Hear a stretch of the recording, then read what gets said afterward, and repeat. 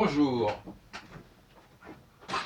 vous êtes sur la chaîne de la subconscience et je voudrais parler avec vous de plusieurs sujets en ce mercredi 25 février 2015, un peu plus de midi à Paris.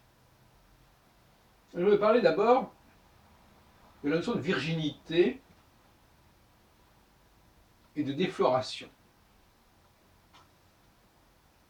au regard de la création et notamment de la musique.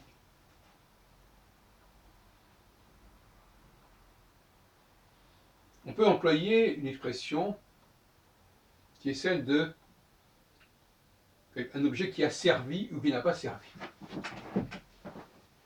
En général, nous préférons des objets qui n'ont jamais servi, comme nous achetons un vêtement, une voiture, un appartement, même. L'idée que ce soit neuf est assez attractive. Et puis il y a les objets d'occasion, il y a les fripeuils, les fripes, des objets qui ont déjà servi, qui ont déjà beaucoup servi. Et ça vaut d'ailleurs aussi dans l'imaginaire pour les femmes. Une femme vierge, une femme qui n'a pas été déflorée. Si l'on transpose ces représentations au niveau linguistique, par exemple, eh bien, on s'aperçoit que le signifiant est censé être vierge.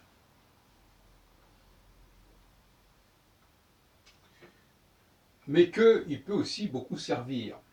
C'est comme un vase neuf qui n'a jamais servi, ou au contraire un vase qui a beaucoup servi, qui a été usé, utilisé, donc usé. Et c'est parfois fatigant d'utiliser des objets qui ont servi, qui ont gardé les traces, les marques de leur histoire. Un enfant qui naît, c'est un enfant qui est encore vierge de tout signifier, jusqu'à ce qu'on lui mette un prénom, qui n'a pas encore fait l'objet de projections sur sa personne, sur lesquelles il n'y a pas encore d'idées préconçues, encore que un enfant qui est né sous un statut princier comme Louis XIV en 1638, à sa naissance même, il y avait déjà quelque chose qui était associé à sa personne. Mais en général, il y a une forme d'indifférenciation chez l'enfant qui est né, et en même temps, c'est salué de manière remarquable, comme si effectivement la valeur de quelque chose de nouveau, le nouveau-né, la valeur de ce qui est vierge, restait puissante, restait forte dans notre imaginaire. Il est clair que quand quelqu'un vous joue une œuvre du passé, une œuvre souvent connue, elle a déjà servi. C'est-à-dire qu'elle a déjà roulé sa bosse, si on peut dire.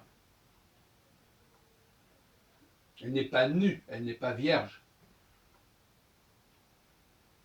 En revanche, une musique improvisée a cette virginité. C'est-à-dire qu'elle n'est pas, elle est née devant nos yeux, mais elle n'a pas encore eu le temps d'être autre chose que cette émergence. Elle n'a pas encore été utilisée. Et je pense, j'ai la faiblesse de croire, que ce n'est pas la même chose. En tout cas, ça ne devrait pas être la même chose que d'écouter quelque chose qui a déjà servi et quelque chose qui n'a pas encore servi. Il ne s'agit pas spécialement de parler de mots nouveaux. Il s'agit de parler d'agencements nouveaux, de textes nouveaux, de formulations nouvelles, avec des mots qui sont déjà connus, mais qui n'avaient pas été utilisés de cette façon. Par exemple, une poésie, ce sont des mots connus, mais la poésie elle-même, c'est quelque chose de nouveau, en tout cas quand elle apparaît, quand elle est divulguée. Il faut donc, à mon avis, valoriser, revaloriser la virginité des choses. Et ne pas mettre sur le même plan ce qui est vierge et ce qui ne l'est pas, ce qui a servi et ce qui n'a pas, ce qui est du signifiant pur et ce qui est déjà un signifiant abattardi par le signifié, par toutes sortes de signifiés. C'est ça la qualité de la vie, à mon avis.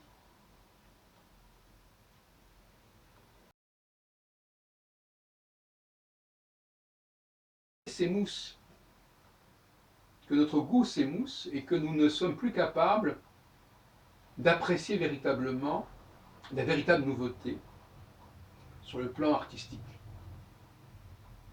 Et que nous en sommes à apprécier des choses qui ont déjà servi, qui ont déjà été signalées à maintes reprises et qui sont déjà redondantes, qui sont déjà euh, familières à notre oreille. Et c'est pour moi un signe de décadence que d'en être arrivé là pour une société.